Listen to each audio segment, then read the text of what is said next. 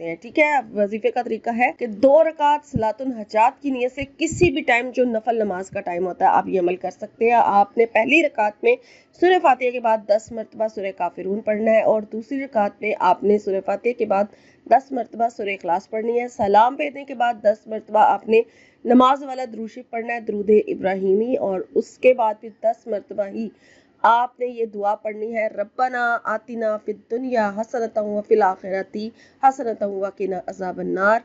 और फिर उसके बाद एक तस्बीह पूरी 100 दानों वाली आपने अल्लाह का नाम या रब इसकी तकरार करनी है, यानी इसका विर्द करना है। इस तरह से आपने तकरीबन 100 पूरी कर लेनी है, यानी कि तस्बीह एक पूरी पढ़ लेनी है।